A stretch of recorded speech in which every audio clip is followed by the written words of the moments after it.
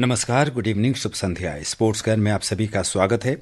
Sports gun के आज के संस्करण में मैं हूं अतहर सईद आपके साथ, और श्रोताओं, तमाम खेल खबरों पर विस्तार से चर्चा के लिए हमारे साथ हमारे स्टूडियो में मौजूद हैं वरिष्ठ खेल पत्रकार सचिन कुमार।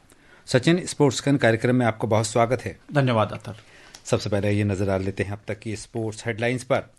मेलबर्न में बॉर्डर गावस्कर ट्रॉफी के चौथे क्रिकेट टेस्ट मैच में ऑस्ट्रेलिया ने भारत को 184 रन से हराया। फिडे विश्व ब्लिट्ज चैंपियनशिप कल से न्यूयॉर्क में शुरू। हॉकी इंडिया लीग में यूपी रुद्राज और वेदांता कलिंग लांसर्स के बीच मुकाबला जारी। और संतोष ट्रॉफी फुटबॉल का फाइनल मैच कल पश्चिम बंगाल और केरल के बीच खेला जाएगा। शुरुआत करेंगे क्रिकेट के साथ। क्रिकेट में मेलबर्न में बॉर्डर गावस्कर ट्रॉफी के चौथे टेस्ट मैच के 5वें और अंतिम दिन आज ऑस्ट्रेलिया ने भारत को 184 रन से हरा दिया है। इस हार के बावजूद भारत के विश्व टेस्ट चैंपियनशिप फाइनल में पहुंचने की उम्मीद बरकरार है। विस्तृत ब्यौरा हमारे सहयोगी सिद्धार्थ सिंह से।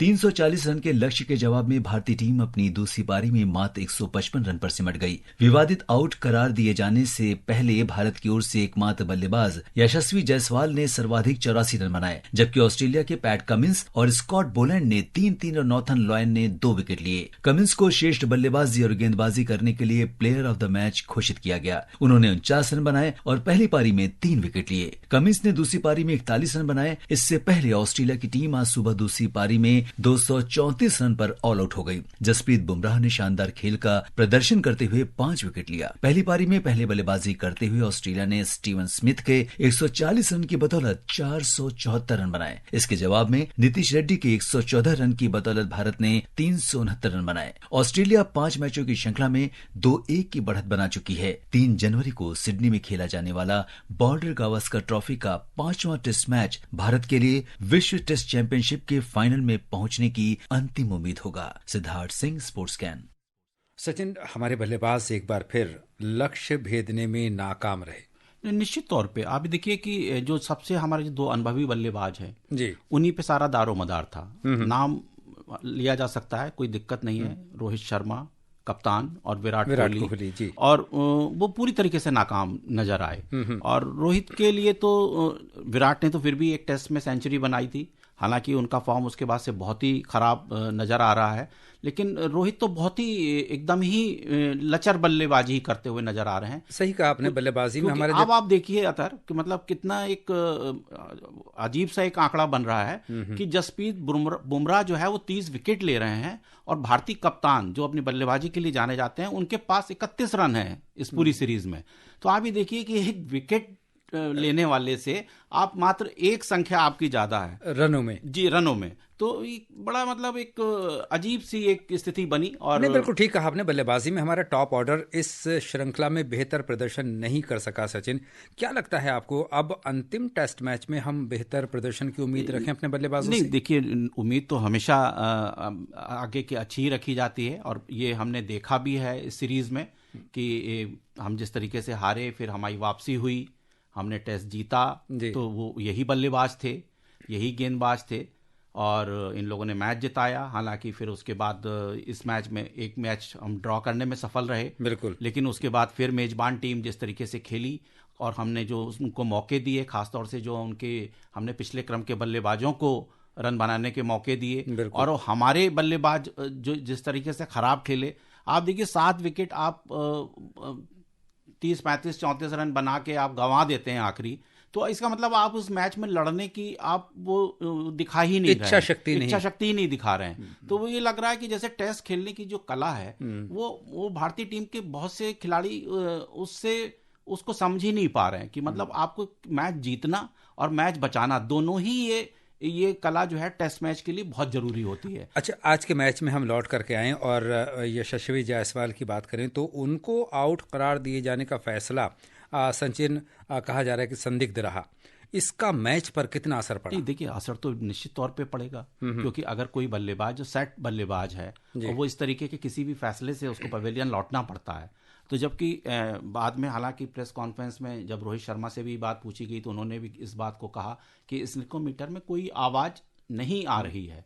लेकिन जो थर्ड अंपायर थे बांग्लादेशी, तो उनको लगा कि नहीं, ये ठीक है, ये होना चाहिए आउट।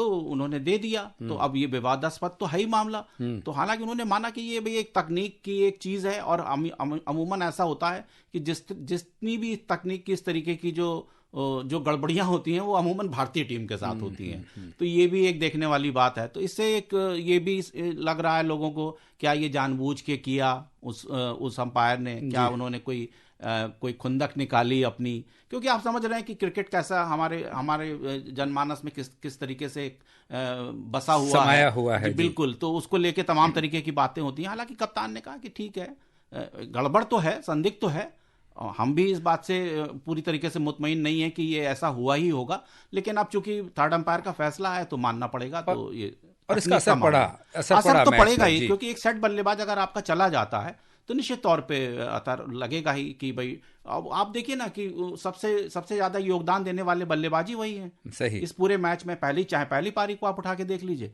चाहे दूसरी पारी को, तो वो 84 रन उन्होंने बनाए, तो और पूरी टीम ने 155 रन बनाए।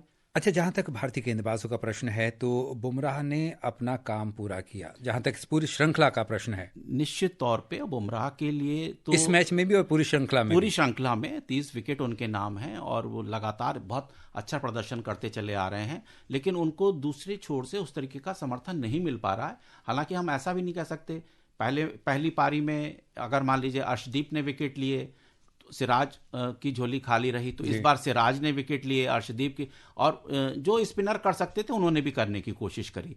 तो ऐसा नहीं है, लेकिन वो जो बात है कि जब टेलेंडर्स पे जब दबाव बनाना था, तब पूरी हमारी जो बॉलिंग है वो उस तरीके का काम करने में नाकाम रही, हम ये कह सकते हैं। अच्छा, इस बीच अच्छी खबर या अच्छी बात ये रही कि हमें नीतीश रेड्डी के रूप में एक नया उभरता हुआ सितारा मिल गया। निश्चित तौर पे उनका जो शतक है वो ऐसे समय पे आया, नहीं तो ये हार जो है बहुत पहले आ गई होती, और बहुत खराब हार होती। ये भी 185 रन से जो हारे, ये भी कोई बहुत अच्छी, 84 रन से ये कोई बहुत अच्छी तो नहीं कही जाएगी, लेकिन ये बहुत ज्यादा हम दयनीय स्थिति में होते अगर नीतीश इस तरीके की पारी नहीं खेलते पहली पारी में। बढ़ते हैं आगे। दक्षिण अफ्रीका विश्व टेस्ट क्रिकेट चैंपियनशिप के फाइनल में जगह बनाने वाली पहली टीम बन गई है। फाइनल अगले वर्ष लंदन के लॉर्ड्स में खेला जाएगा। दक्षिण अफ्रीका ने पाकिस्तान को 2 विकेट से हराकर पहली बार WTC के फाइनल के लिए क्वालिफाई किया है।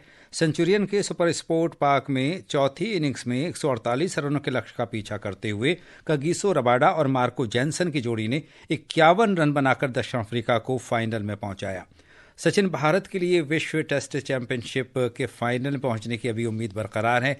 निगाहें 5वें टेस्ट मैच पर टिकी हुई हैं। क्या समीकरण बन रहे हैं, क्योंकि श्रीलंका भी फाइनल के लिए दावेदार है? जी नहीं, ऑस्ट्रेलिया भी हमसे आगे है फिलहाल अभी, क्योंकि उसने ये टेस्ट जीता है। अब सारी बात ये है कि ऑस्ट्रेलिया को अभी श्रीलंका में भी खेलना है, 2 टेस्ट वहां है, सिडनी में एक टेस्ट हमारे साथ है। भारतीय टीम की सारी उम्मीद हमारी जो है वो सिडनी टेस्ट पे है। तो अगर यहाँ के परिणाम बेहतर रहता है और ऑस्ट्रेलिया वहां जाके उतना अच्छा नहीं कर पाता है, तो निश्चित तौर पे हमारी उम्मीदें रहेंगी अतर। लेकिन अभी कह सकते हैं कि समीकरण में काफी अगर मगर की गुंजाइश है, बहुत असमंजस बना हुआ है। बढ़ते हैं आगे। भारत के शीर्ष तेज गेंदबाज जसप्रीत बुमराह को आज इंग्लैंड के बल्लेबाज जो रूट के साथ अंतर्राष्ट्रीय क्रिकेट परिषद ICC के वर्ष के सर्वश्रेष्ठ टेस्ट क्रिकेटर के पुरस्कार के लिए नामित किया गया है। इंग्लैंड के एक अन्य बल्लेबाज हैरी ब्रूक और श्रीलंका के कामिंदु मेंडिस को भी इस सूची में जगह मिली है। बुमराह 2024 में टेस्ट क्रिकेट में सर्वश्रेष्ठ गेंदबाज रहे हैं।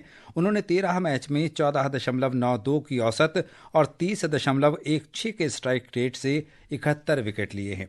सचिन, भारत के तेज गेंदबाज जिनका हम जिक्र कर रहे हैं, जसप्रीत बुमराह ICC के वर्ष के बेहतरीन टेस्ट क्रिकेटर अवार्ड के लिए नामित किए गए हैं। उनके लिए ये अवार्ड हासिल करना कितना मुश्किल या फिर कितना आसान होगा, चूंकि मुकाबले में कई दिग्गज मौजूद हैं? नहीं, देखिए, आसान तो बिल्कुल नहीं है। अब इतना शानदार प्रदर्शन किया है, इसी वजह से वो इसके लिए नामित हुए हैं। और मुझे लगता है कि अगर वो ये उनको पुरस्कार मिलता है तो वो उनके लिए बहुत उत्साह बढ़ाने के लिए बहुत अच्छा होगा, क्योंकि अगर आप ICC के बेस्ट प्लेयर होते हैं टेस्ट के, तो निश्चित तौर पे आपका मनोबल बहुत बढ़ता है। और वो हमारे लिए इस टाइम जो कर रहे हैं टीम के लिए, वो एक धरोहर तो है ही भारतीय टीम की।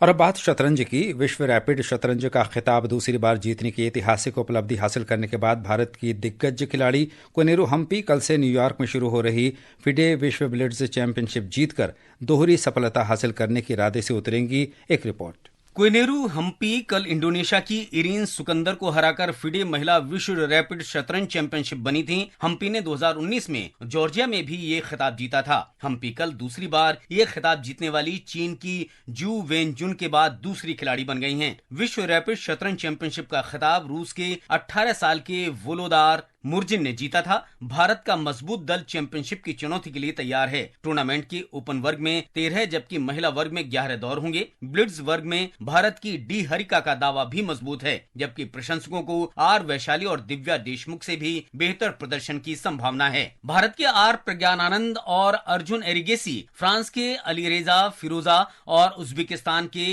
नोदिरबेक अब्दुस सत्तोरोव मुख्य रूप से चुनौती पेश कर सकते हैं। रैपिड चैंपियनशिप में खिताब से चूकने वाले एरिगेसी का लक्ष्य 2026 कैंडिडेट्स टूर्नामेंट के लिए क्वालिफाई करना भी होगा। अब ये देखना दिलचस्प होगा कि क्या भारतीय खिलाड़ी एक और खिताब जीतने में सफल हो पाते हैं या नहीं। Mukesh Kumar, sports can. सचिन, कोनेरू हम्पी ने कल विश्व रैपिड चैंपियनशिप में क्या शानदार उपलब्धि हासिल की, हमें गर्व का एहसास हो रहा है।